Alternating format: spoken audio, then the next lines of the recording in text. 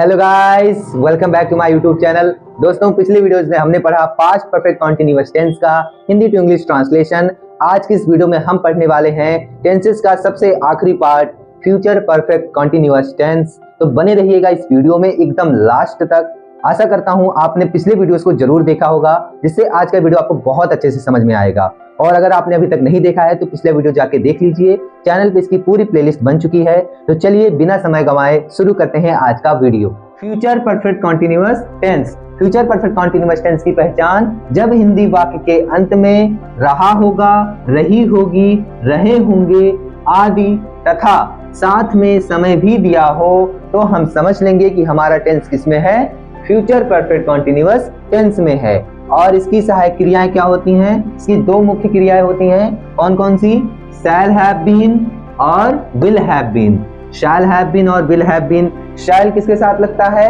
आई B के साथ शैल, बाकी सबके साथ विल। आई बी के साथ शैल, बाकी सबके साथ विल। तो वैसे ही शैल हैव बीन भी आई और बी के साथ लगेगा। इसके अलावा सभी के साथ क्या लगेगा? Will have been. ठीक है। और नोट करने की बात क्या है, जैसा कि हमने पिछले भी परफेक्ट कॉन्टिन्यूअस टेंसेस में, जिसमें present perfect continuous, past perfect continuous में हमने क्या पढ़ा, इसमें समय भी दिया रहता है और समय के लिए हम सिंस या फॉर का प्रयोग करते हैं। निश्चित समय के लिए हम सिंस का प्रयोग करते हैं और अनिश्चित के लिए फॉर का प्रयोग करते हैं। चलिए अब एग्जाम्पल से समझते हैं।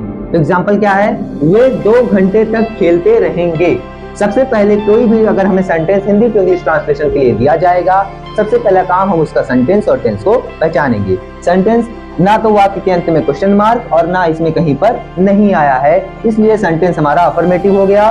दूसरा, वाक्य के अंत में हमने रहेंगे देखा और साथ में समय को भी देख लिया, तो हम समझ गए हमारा टेंस किसमें है, फ्यूचर परफेक्ट कॉन्टिन्यूअस टेंस में है। Sentence clear, tense clear. आप क्या करेंगे? सब्जेक्ट, वर्ब और ऑब्जेक्ट ढूंढेंगे।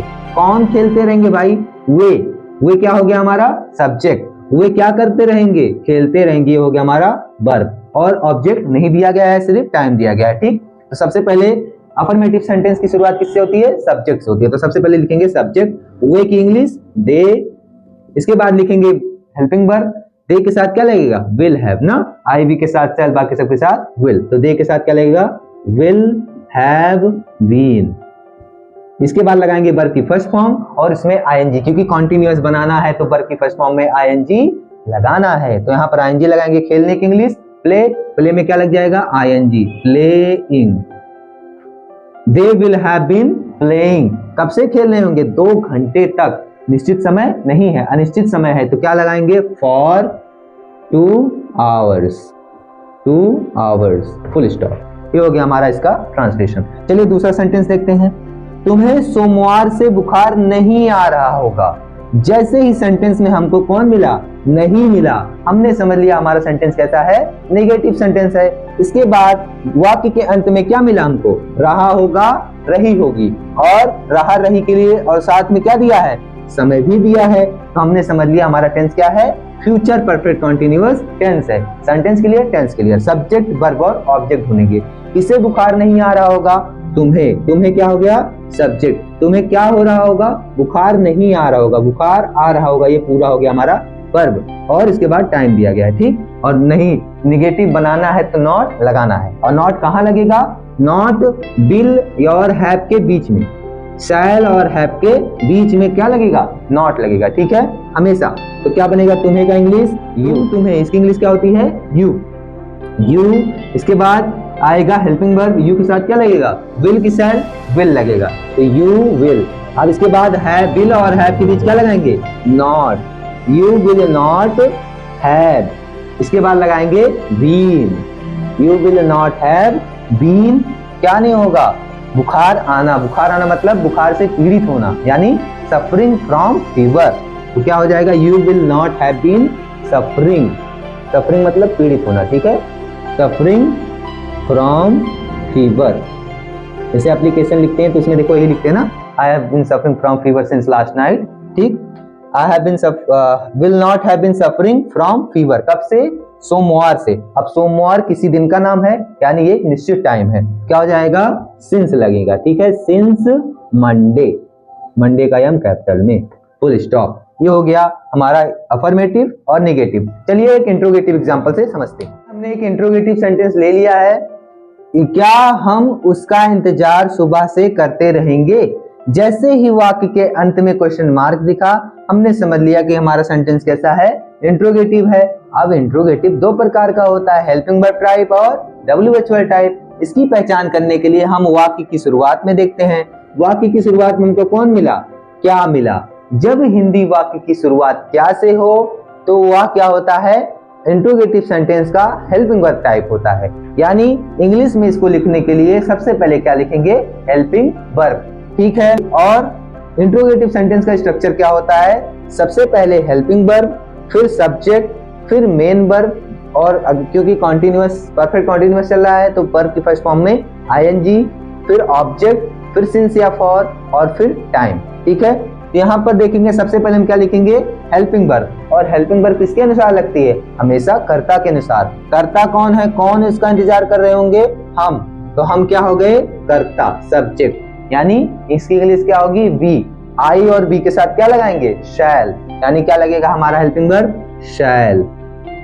और पूरी हेल्पिंग वर्ब क्या है, शैल हैव बीन। लेकिन सिर्फ हम इंट्रोगेटिव में जब शैल हैव बीन होगा हेल्पिंग वर्ब, तो सबसे पहले हम सिर्फ शैल लिखेंगे, फिर सब्जेक्ट लिखेंगे, फिर हैव बीन लगाएंगे, ठीक। सबसे पहले क्या लिखेंगे, शैल, फिर सब्जेक्ट, फिर हैव बीन लगाएंगे। शैल आ गया, शैल के बाद सब्जेक्ट क्या है, हम की इंग्लिश बी, शैल बी। अब इसके बाद क्या लगाएंगे, हैव बीन, अभी बचा हुआ है, have been. Shall we have been, क्या कर रहे होंगे, इंतजार करना। इंतजार करने की इंग्लिश क्या होती है, इंतजार करने की इंग्लिश होती है वेट, ठीक। वेट और इसमें ING लगाएंगे क्या हो जाएगा, waiting. Shall we have been waiting. Waiting किसका इंतजार कर रहे होंगे, उसका, यानी हिम। ऑब्जेक्टिव है ना, उसका यानी वह का इंग्लिश ही, और ही का ऑब्जेक्ट क्या होता है, हिम। तो वेटिंग, उसके लिए इंतजार करेंगे, क्या लगाएंगे, फॉर हिम, ठीक। Shall we have been waiting for him, कब से इंतजार कर रहे होंगे, सुबह से। अब सुबह निश्चित टाइम है ना, यानी सुबह से, सुबह यानी मॉर्निंग, तो मॉर्निंग के साथ क्या लगेगा, सिंस, सिंस मॉर्निंग। और इंट्रोगेटिव की सबसे बड़ी पहचान हंसी जैसा निशान। ये हो गया हमारा इंट्रोगेटिव सेंटेंस का हिंदी टू इंग्लिश ट्रांसलेशन। अब मान लीजिए या WH वर्ड होता तो क्या करते, तो WH वर्ड में सिर्फ WH वर्ड सबसे पहले लिख देंगे, उसके बाद सेम यही स्ट्रक्चर रहेगा, ठीक है।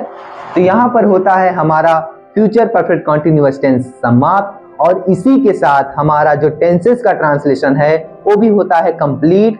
अब इसके बाद यहाँ पर हमारी बेसिक ट्रांसलेशन कंप्लीट होती है।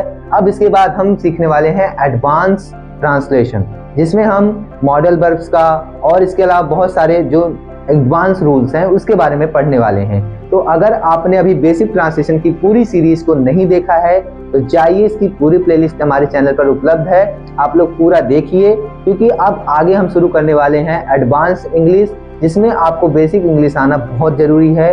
तो अगर अभी तक आपने हमारे चैनल को सब्सक्राइब नहीं किया है तो अभी कर लीजिए, और इस वीडियो को ज़्यादा से ज़्यादा शेयर कीजिए, जिससे जो लोग भी इंग्लिश सीखना चाहते हैं वो सभी लोग आकर हमारे वीडियोस को देखें और सीखें। तो चलिए मिलते हैं जल्द ही अगले वीडियो में एडवांस्ड इंग्लिश के साथ। तब तक के लिए सीखते रहिए और हमें देखते रहिए। मिलते हैं जल्द ही अगले वीडियो में, तब तक के लिए धन्यवाद।